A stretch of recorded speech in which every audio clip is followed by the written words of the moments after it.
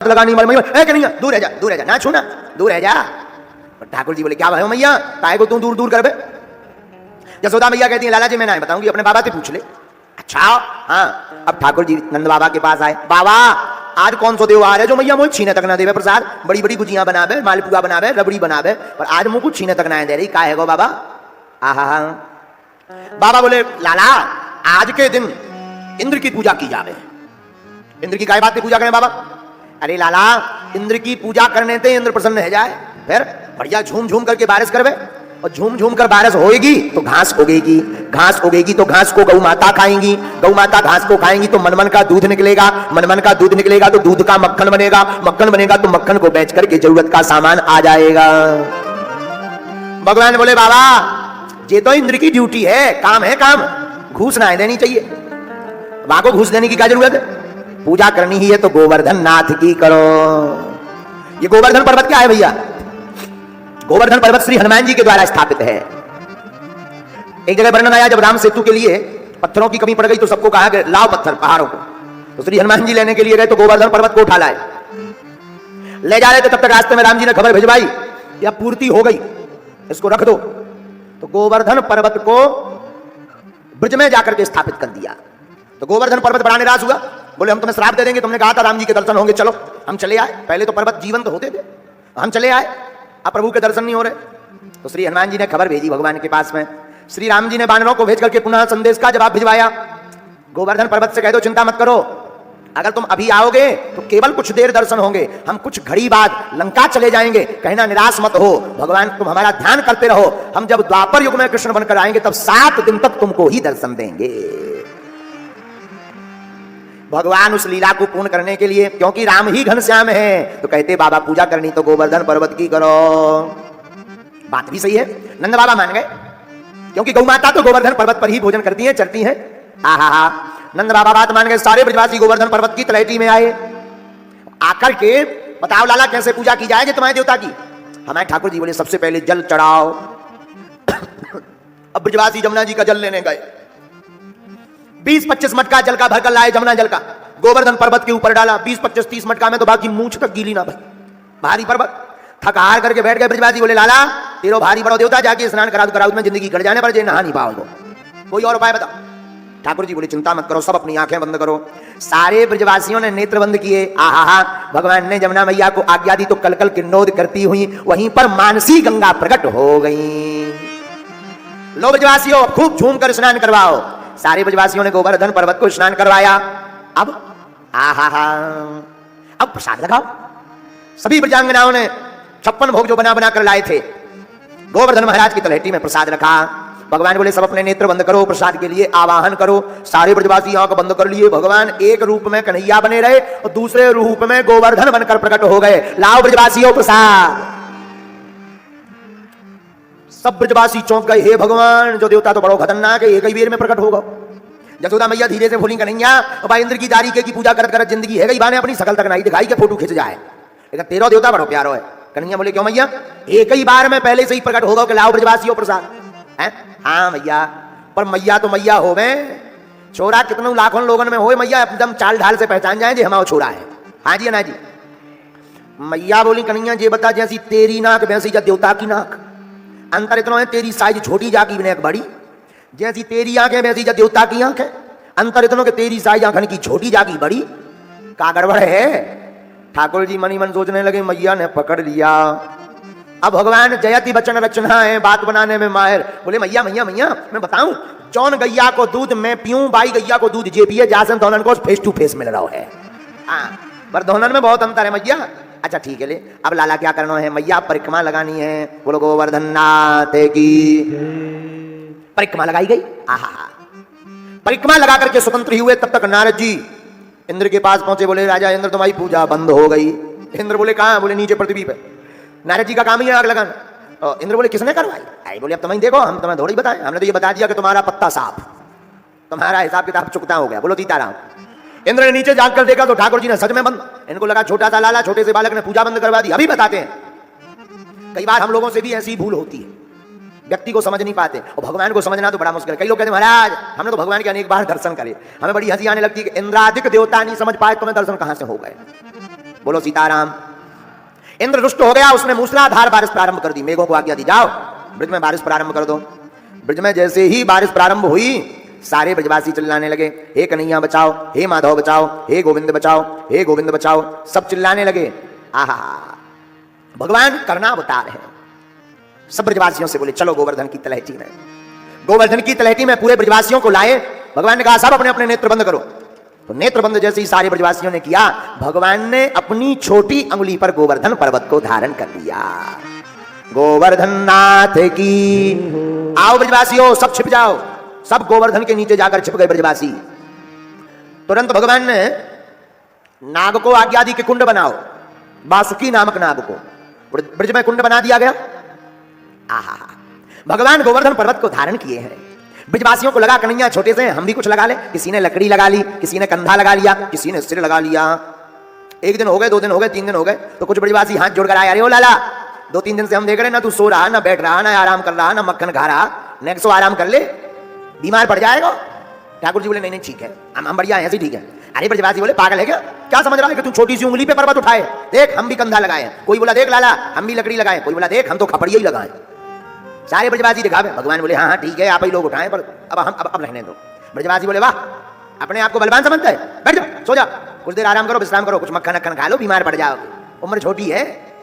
भगवान बोले, तो लो पर्वत संभालना। ब्रजवासी हंसकर बोले, तुम्हारियां पकड़े, संभाले हैं सब, जाओ सो जाओ। भगवान ने अंगुली हटाई नहीं, नेक अंगुली टेढ़ी करी, सो सबकी काऊ की खपड़िया फूट गई, काऊ की नकरिया टूट गई, काऊ को कंधा टूट गया, सब चटर पटर फटर हो गए। सब बोले, अरे बचाइयो बचाइयो, लाला नीचे आओ नीचे आओ नीचे आओ। भगवान ने फिर सीधी कर ली, काऊ कैसी रही? ब्रजवासी बोले, अरे राम राम राम राम, हम लोग तो सोच रहे थे हम उठाएं, और पूरा भार तो यही। बात बहुत सही है, ये कथा का आशय बहुत अच्छा है। हम लोग संसार में समझने लगते कि हम सब कुछ कर रहे हैं, पर करने वाला तो कोई और होता है, दिखाई हम पड़ते हैं। करने वाले राम जी होते हैं, दिखाई हम पर पड़ते हैं, हम लोग पड़ते हैं, और लोग भरम हम पर करें। हम लोग सोचते हैं हम ऐसा, अरे हम ऐसे, हमें वैसे, ठठरी के बड़े। कोई नहीं बचा हम वाला। जिसे मैं की हवा लगी, जिसे मैं की हवा लगी, उसे ना दुआ लगी ना दवा लगी। हाँ, अहमता बहुत खतरनाक है। हम कर रहे, अगर हम सोच लें कि हम बागेश्वर वाले गुरुजी हैं, कथा कर रहे, मैं कर रहा हूं, तो भगवान का करने का चुनिए कहिए स्क्रू ढीला करना है। बोले का भैया? बोले महाराज जी पगला आ गए। फिर कथा काहे बचवाओगे? टमाटर मारोगे तुम लोग, टमाटर। हाँ अच्छा, जजमान सोच ले कि हम करवा रहे कथा, हम फलाने कथा के आयोजक। भगवान को कुछ नहीं करना, एक उपद्रव फंसाना है। तूफान आया, टेंट उड़ गया, कथा फेल। बोलो सीताराम, जोर से बोलो। तो करने वाला कौन है? भगवान।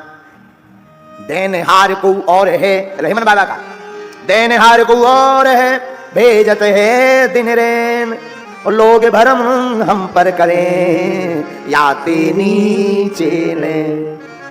करने वाले राम जी हैं, दिखाई हम लोग पड़ते हैं। भगवान ने पुनः उंगली सीधी की, उंगली सीधी की तो ब्रजवासी सब हाथ जोड़कर आ गए, भैया अब हम समझ गए, तुम साधारण कोई बालक नहीं हो, हमको तो लगता है साक्षात ब्रह्म ही अवतार लेकर के आए हुए हैं। भगवान ने सोचा अगर ये सब ब्रजवासी हमको ब्रह्म मानने लगेंगे तो हमारी लीला पूर्ण नहीं हो पाएगी। तो भगवान कहते नहीं नहीं नहीं, हम कोई ब्रह्म नहीं है, ना ना हम कोई ब्रह्म नहीं, हम तो तुम्हारे कन्हैया ही हैं। तो ब्रजवासी बोले अगर कन्हैया होते तो इतना बल। तब भगवान ने बताया अपने बल को, क्या?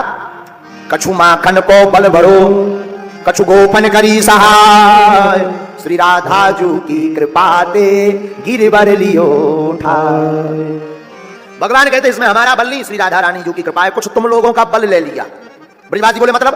बोले भैया ये गोवर्धन जो देवता है ना, जा देवता ने हमें एक मंत्र दे रखो। कौन सो? ऐसा मंत्र दे रखो कि अगर वो मंत्र को किसी के सामने पढ़ दिया जाए तो उसकी आधी ताकत हमारे अंदर आ जाती है। इतने में मधुमंगल अपने हाथ को देखकर बोला, है जवाई मैं कहूं आजकल पतलों का हेत जात है, ये मंत्र का ही चमत्कार है। भैया जी बता, वापस कर देगो ताकत की नहीं? भगवान बोले वापस हो जाएगी ताकत। सारे ब्रजवासी भगवान की जय जयकार करते हैं। एक अद्भुत घटना इस लीला में होती है।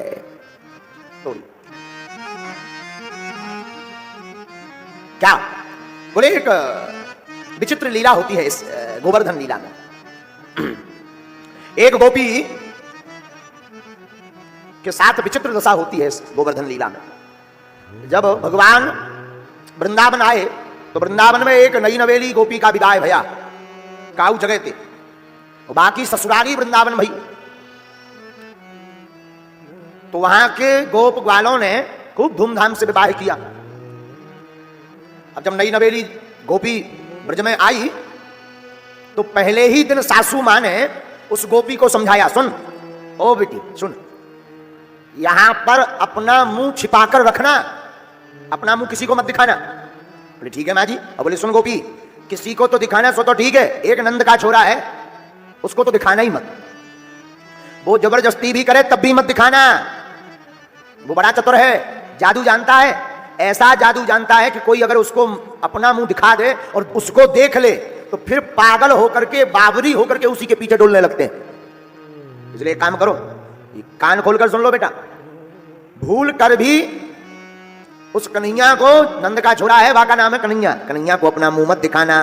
ननंद ने भी यही बात समझाई, भाभी कान खोलकर सुन लो, वो आवे जबरदस्ती भी करे तब भी, लीलाएं भी करे तब भी देखना नहीं तुम, ये कान खोल के सुन ले।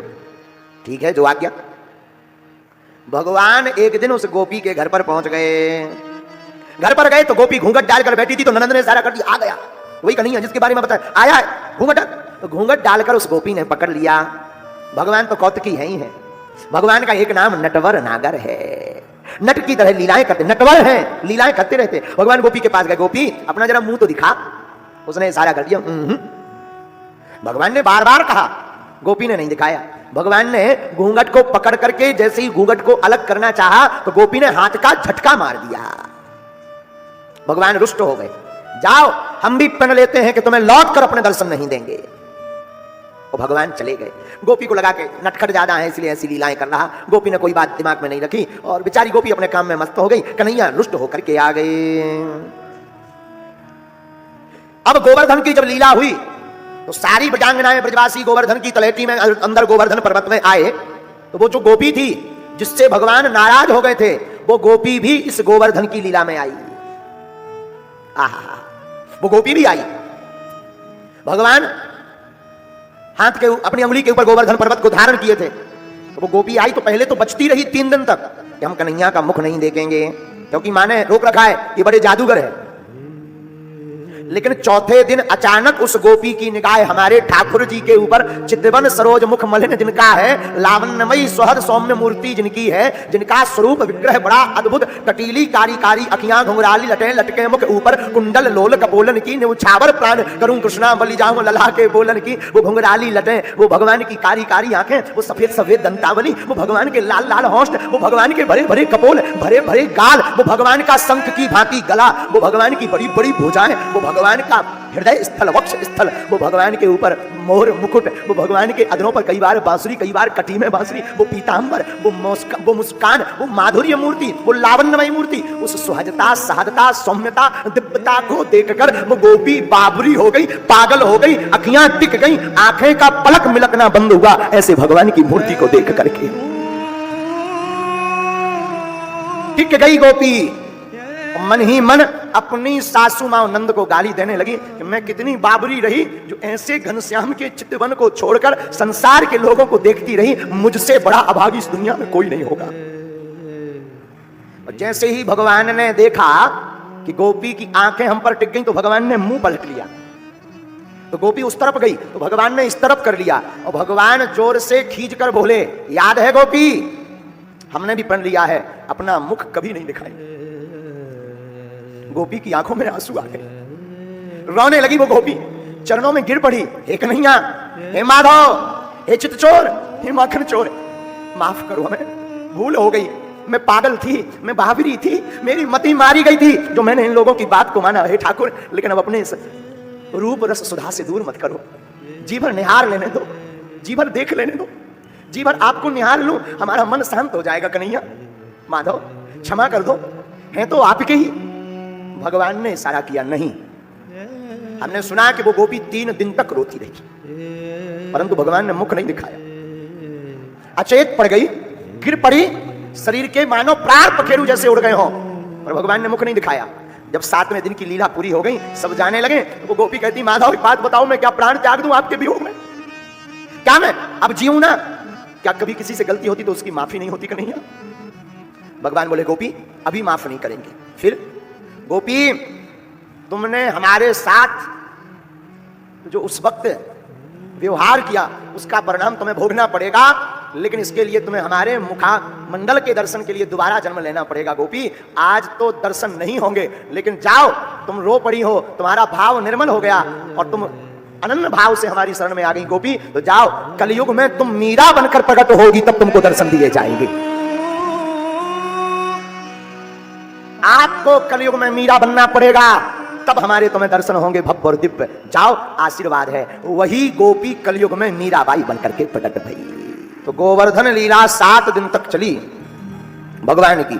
भगवान पीतम शैलम स्वस्थाने पूर्ववत् प्रभो पश्यताम सर्वभूतानां स्थापयामास लीलया।